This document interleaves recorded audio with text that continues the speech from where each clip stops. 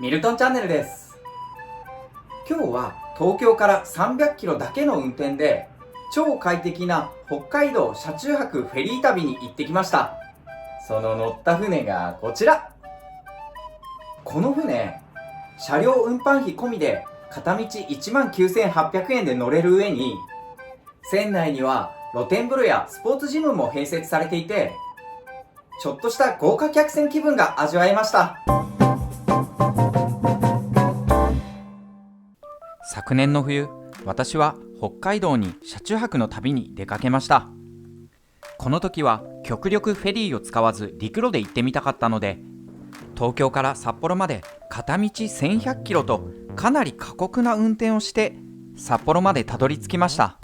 この時は函館と大間を90分で移動できる津軽海峡フェリーを利用したのですが、その時のフェリー代が真冬の料金で12,450円。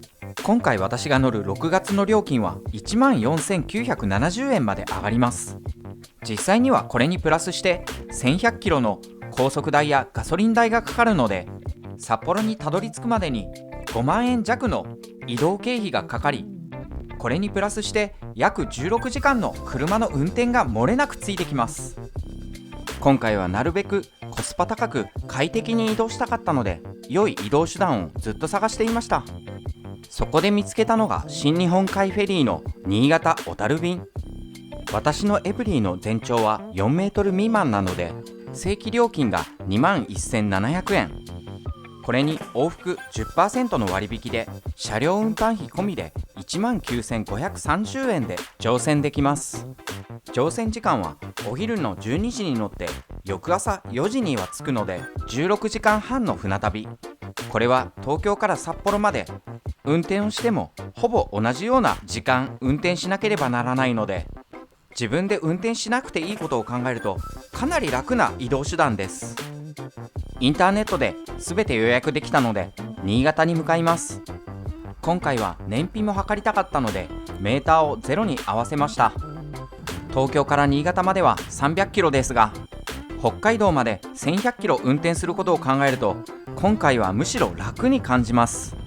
こちらが本日乗るラベンダー号、旅客定員600名の大型客船です。今回はこの船で新潟を午後12時に出発、翌朝4時半に着く16時間半の船旅です。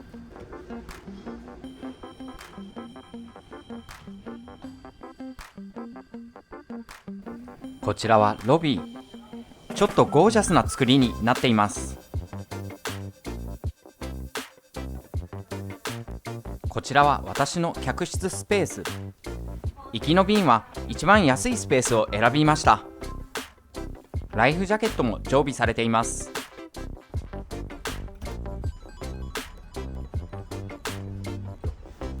多分ベッドはセミシングルですね。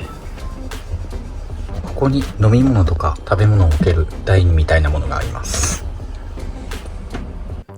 船内を散策します。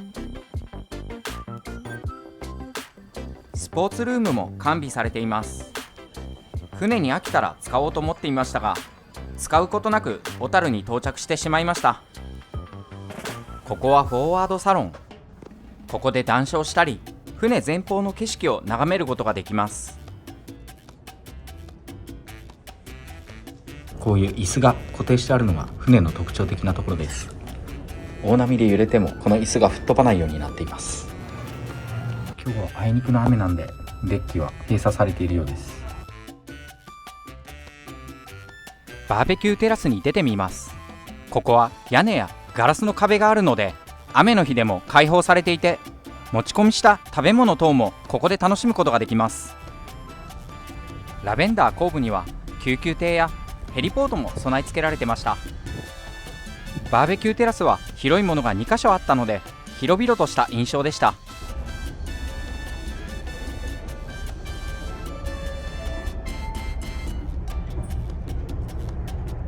4階デッキもチェックしてみます。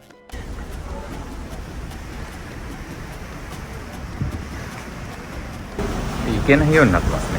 今日は雨が降ってるんですけど、波が穏やかなんで船酔いすることはなさそうです。一応船酔いの薬のアネロンも持ってきたんですけど、これ飲まなくて良さそうですね。新潟航路は日本海側なので太平洋に比べて揺れが少なそうでした。船内のカフェで食事をします。新日本海フェリーのオリジナルビーフカレーを頼みました。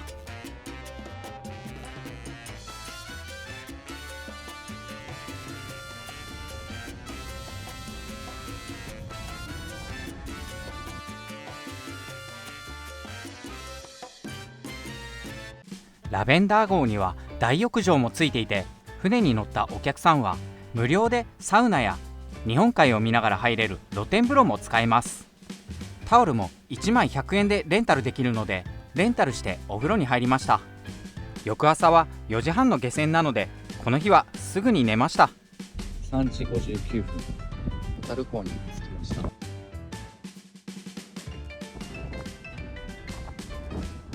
今気温が13度ぐらいなんで結構寒いです。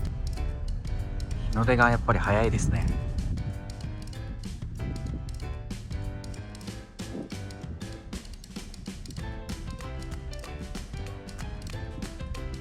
これから下船です。小樽には何度も来ているのですが、朝の4時半から運転するのは初めてです。フェリー乗り場すぐ近くの小樽運河に来てみました。この運河はいつも観光客でごった返しているのですが、朝5時台なのでほとんど誰もいません。気温は 15.9 度でとても快適。人がいないので写真や動画も撮り放題。小樽運河独り占め観光です。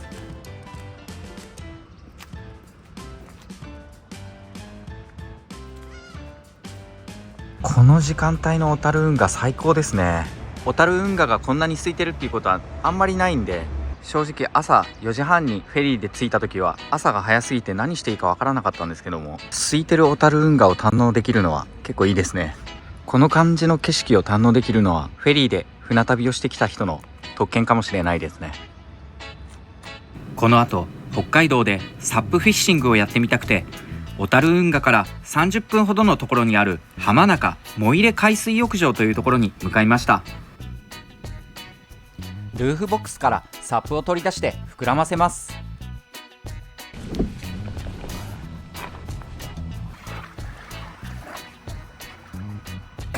水がめちゃくちゃ綺麗です。これで OK。 よし、じゃあ行きます。うわー、冷たそうだな。どうなんだろう。一応ウェットを着てるんですけど、足はクロックスなんで多分冷たいと思います。あー、冷てえなー。あ、でもちょっと慣れると気持ちいいかも。水がめちゃくちゃ綺麗ですね。すごい水が綺麗です。ちょっと水に浸してみます。外海に出ると少し余裕がなくなると思うんで、今すごい怪しい感じですけど、こんな感じで日焼け対策で漕いでます。とりあえず沖に向かいます。ちょっと水の中を撮ってみます。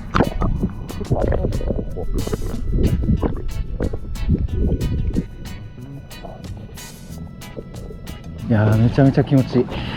北海道でサップやってるってちょっと信じられないです。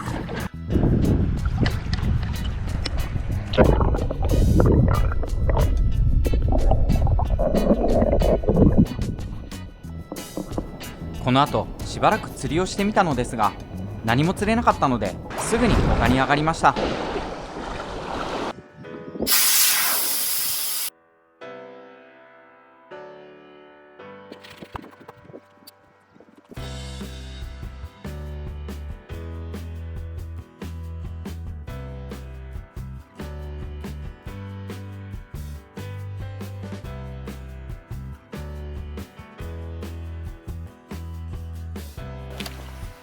ちなみにこんな感じで釣り道具やサップ、キャンプ道具が満載になってます。ウェットスーツまで入ってます。今日のお昼はセイコーマートで醤油ラーメンとピリ辛ザンギ焼きそば、これ158円でした。こっち99円だったんで270円ぐらいなんですけど、めちゃくちゃ安いですよね。とりあえずこれをサクッと食べて、もう一軒釣りに行きます。いただきます。この後ガソリンを給油。東京の練馬で満タンに給油をして430キロ走りました。それで先ほど満タンにしたところ 33.9 リットル入りました。なので430キロ割ることの34リットルぐらいですので、計算してみると 12.64 キロ1リッターあたり走れたことになっています。で、私の車は普段東京都内を走るときは11キロから12キロ程度しか走りませんので、今回この 12.64 キロというのが出たのがほとんど高速道路での運転と、あと高速道路でもそれほど飛ばさずアベレージで80キロから90キロ程度、最高でも100キロ程度しか車の速度を出していません。小樽ですとか余市、札幌を運転しただけですので、かなり交通量の流れる地域を運転しましたので、東京都内を運転するのとほぼ変わらないか、それよりも若干いいぐらいの値で燃費が計測されました。このルーフボックスをつけて1ヶ月ほど運転してみましたが、燃費的にはほとんど変わらないと感じます。むしろそれよりもどういった道を走るかによって燃費が変わるような気がしています。この後、札幌市内の川に釣りに来ました。この川は前日までの雨の影響で若干濁りが出ていたので、他の川に移動しました。移動直後に魚がヒットです。釣れた。出ました。ヤマメが釣れました。ちょっとちっちゃいですけどね、15センチぐらいでしょうか。すごい格好で釣ってますけど、一応釣れてよかったです。かなりちっちゃいですけど、綺麗な色してます。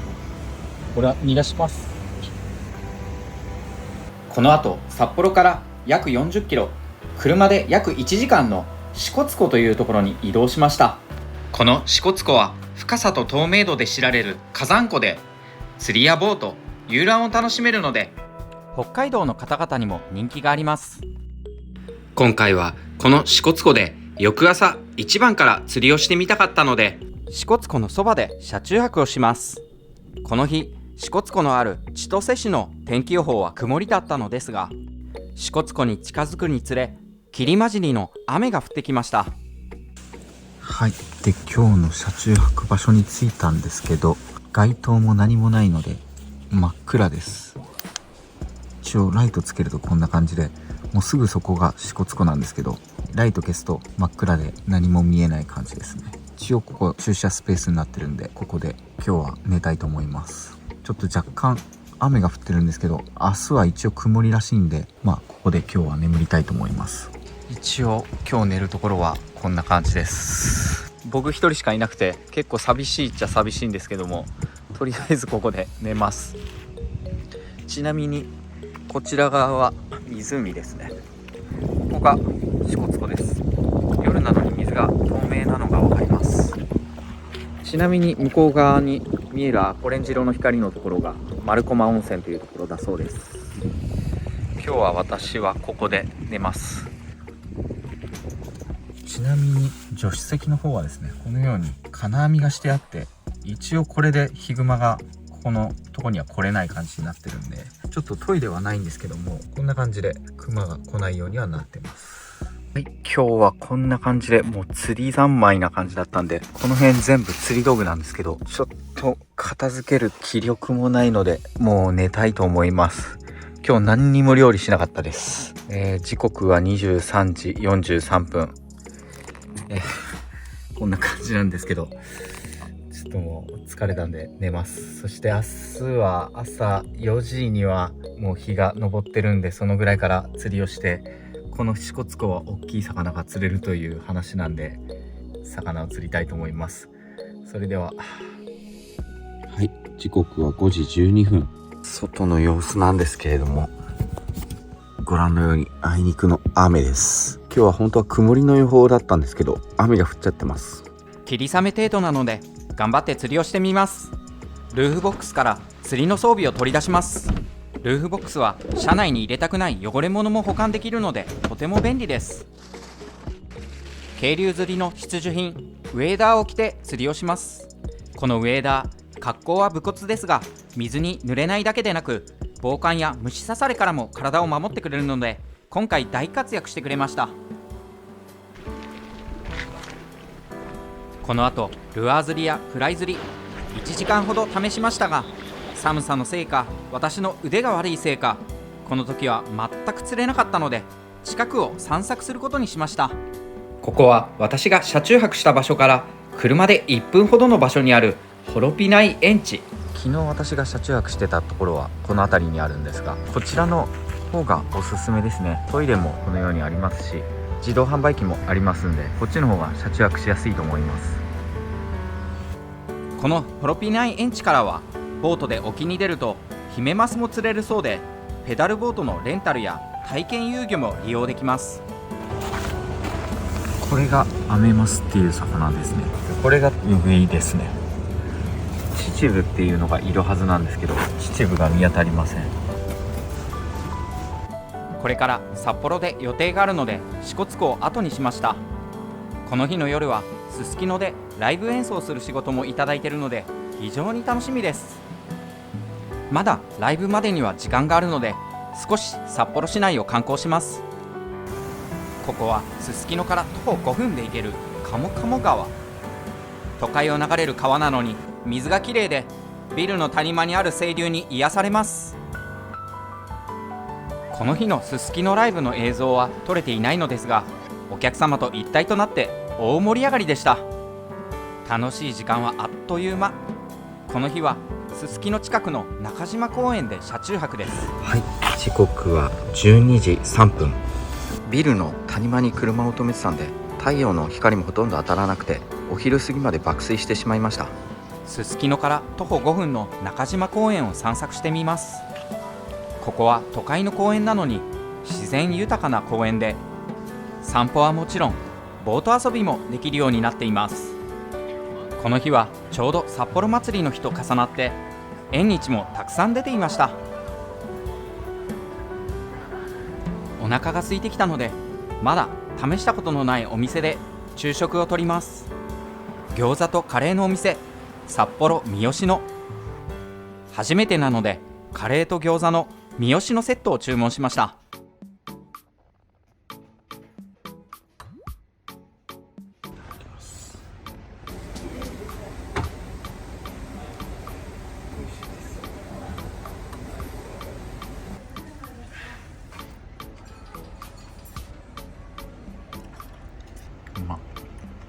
前日のライブ以降お風呂に入ってなかったので、札幌市豊平区にある玉浦のあかりというスーパー銭湯にやってきました。このスーパー銭湯は朝7時から夜11時までは大人800円で時間制限なしで入れます。また24時間営業なので深夜料金1500円を払えば朝まで滞在することも可能です。このスーパー銭湯の3階にはくつろぎどころとして仮眠スペースも設けられていて、夜11時までは800円の入浴料のみで利用することができます。私はこのくつろぎスペースが特に気に入りました。3階に行くにはフロントで借りたタッチキーを利用して入場します。それほど冊数はありませんが、漫画本コーナーもあります。夕刻のモリアーティ、スパイファミリー、ゴールデンカムイも全巻揃ってます。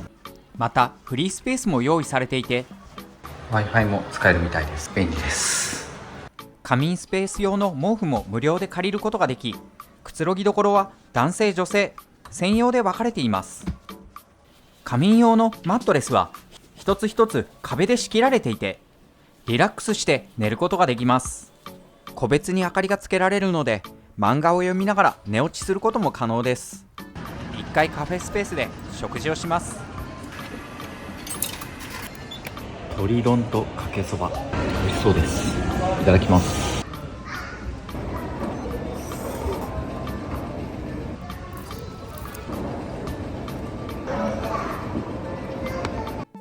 3日分の洗濯物が溜まっていたのでコインランドリーにやってきました。伺ったのはバルコランドリープレイス平岸八条店。このお店は Wi-Fi 完備、駐車場も2台まであって、キャッシュレス決済、コンセント充電、アプリで操作、ウェブ決済が可能。その上ネットでマシンの混雑状況もチェックできます。アプリを入れると安くなるようなのでアプリを入れてみます。 Wi-Fi があったので先につないでおきます。今回私が洗濯する量はこんなもんなので、この大きい洗濯乾燥機ではなく、小さい洗濯機のみのものをまず使って洗濯をして、その後こちらの乾燥機で乾燥させようと思います。でこのアプリのこの QR を合わせると、ここでオンライン決済ができるようなので、ここにアクセスをします。中に何も入ってないことを確認して、でまずはドラム洗浄2分間、これ無料みたいですね。扉を閉じてここにアクセスします。 QR コードにアクセスすると機械の操作の仕方も指示してくれて、決済方法もクレジットカードや電子マネーといろんなものが選べます。私は粗い30分300円コースを選択。スタートボタンを押します。始まりましたね。これで洗剤と柔軟剤は自動で投入されるそうです。洗濯や乾燥の残り時間はアプリで詳細に知ることができます。このお店はコンセント充電 OK で Wi-Fi も完備しているので、洗濯中に溜まっていたパソコン作業もできました。あっという間に洗濯が完了。続いて乾燥機をかけていきます。まずドラムリフレッシュを押します。ドラム内の空気をリフレッシュします。洗濯物の量がこのぐらいでそれほど多くはないので、一般の衣類30分から40分となってますので、30分で乾燥させたいと思います。乾燥機のドラムリフレッシュが終わったら、洗濯物を乾燥機の中に入れていきます。普通はここぐらいまでが目安ラインなんですが、目安ラインよりかなり低い位置に洗濯物があります。一般の衣類30分から40分となってますので、30分で乾燥させたいと思います。私が行った時はセール中で200円オフで乾燥機がかけれました。はい、乾燥機が回り始めました。30分ですね。多分カリッカリに乾いてくれると思います。こちらもあっという間に乾燥が完了。いい感じにカリカリに乾いてますね。よかった。洗濯完了しました。これで気持ちいい気分で車中泊の旅できます。1時間10分ぐらいの用時間でしたので、それほど早くはないかもしれないですが、洗濯物がずっと溜まった状態だと落ち着かないので、今日は洗えてよかったです。この次の日も演奏する仕事をいただいていたので、札幌に滞在することにしました。この車中泊という旅のスタイルは、その日の予定を簡単に変更できるので、とても楽な旅の仕方です。車中泊は総園駅の高架下の駐車場で行いました。料金は24時間で600円。高架下ですが、電車の本数はそれほど多くないので、快適に眠ることができました。この駐車場に停めた理由は、すぐそばにスーパー銭湯の北の玉浦があること。北の玉浦は朝7時から夜1時までやっているので、車中泊で駐車をしておいて、朝起きたらすぐにお風呂に行けるので結構便利です。北の玉浦に行ってみました。大人1人480円なので結構安いと思います。タオルはついていませんが、シャンプーやボディーソープはあるそうです。現金のみなので券売機を利用します。この日は朝から札幌で仕事なので、朝からお風呂に入れてすっきりしました。今日の仕事は駐車場から徒歩5分のところにある総園駅から電車で向かいます。向かったのは札幌駅。今日は札幌で仕事をいただいたので、総園から電車で移動してきました。総園駅から札幌駅までは1駅。札幌中心部は混み合うので、車で行くより電車で行った方が便利です。地下街も充実しているので、雨の日や雪の日でも楽しめます。これが今日の仕事道具一式です。重量12キロなんですが、近くの駐車場が 2.1 メートルの高さ制限があって、車が止められなかったので、あえて電車で移動してきました。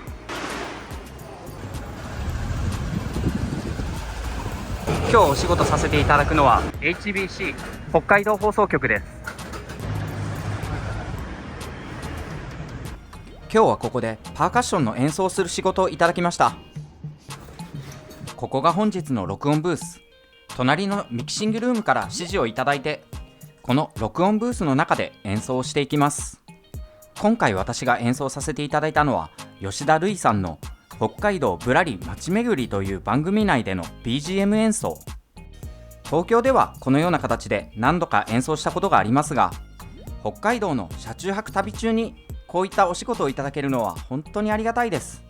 今回は北海道在住のギタリスト飛沢良一さんにお仕事をいただきました。飛沢さんは葉加瀬太郎さんのサポートもやられてる素晴らしいギタリストで、今回の車中泊の旅中も3回一緒に演奏させていただきました。午前中2時間で全ての録音が完了。無事仕事が終わりました。この日録音した BGM は吉田類さんの番組の中で聞くことができます。 TVer でもご視聴いただけるようですので、ご覧いただけたら嬉しいです。めちゃくちゃ天気がいいです。気温も23度ぐらいなんですごく快適です。飛沢さんはこの後すぐに仕事があったようで、私一人で一旦総園に戻ります。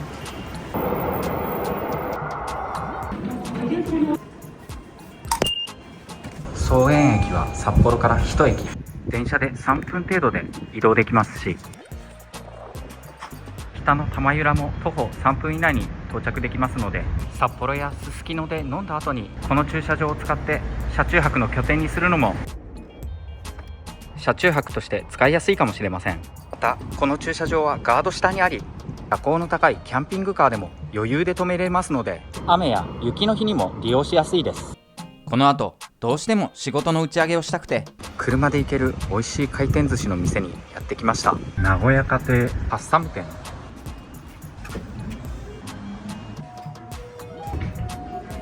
鮭のあら汁、こぼれいくら、炙りトロサバ、人気トップ3、サーモン、甘エビ、エンガワ、大トロサーモン、サメガレー、ノンアルコールビール、鮭のあら汁、美味しいです。人気トップ3、エンガワと甘エビとサーモン。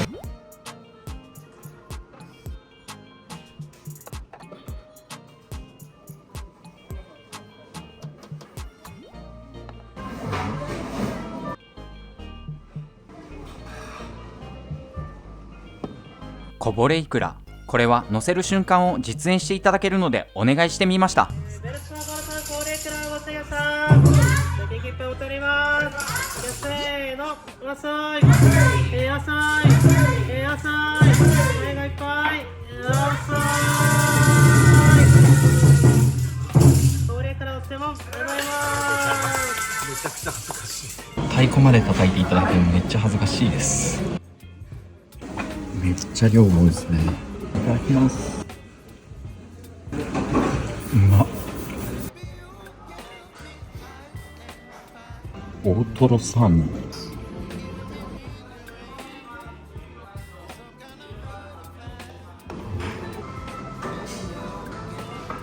仕事の後のご褒美、美味しかったです。ごちそうさまでした。名古屋家庭美味しかったです。100円引きのクーポンを使って3009円でした。こぼれいくらの実演は結構恥ずかしかったですが、寿司が美味しかったので大満足です。この後道東に向かう旅に出るのですが、本日はここまで。ご視聴ありがとうございました。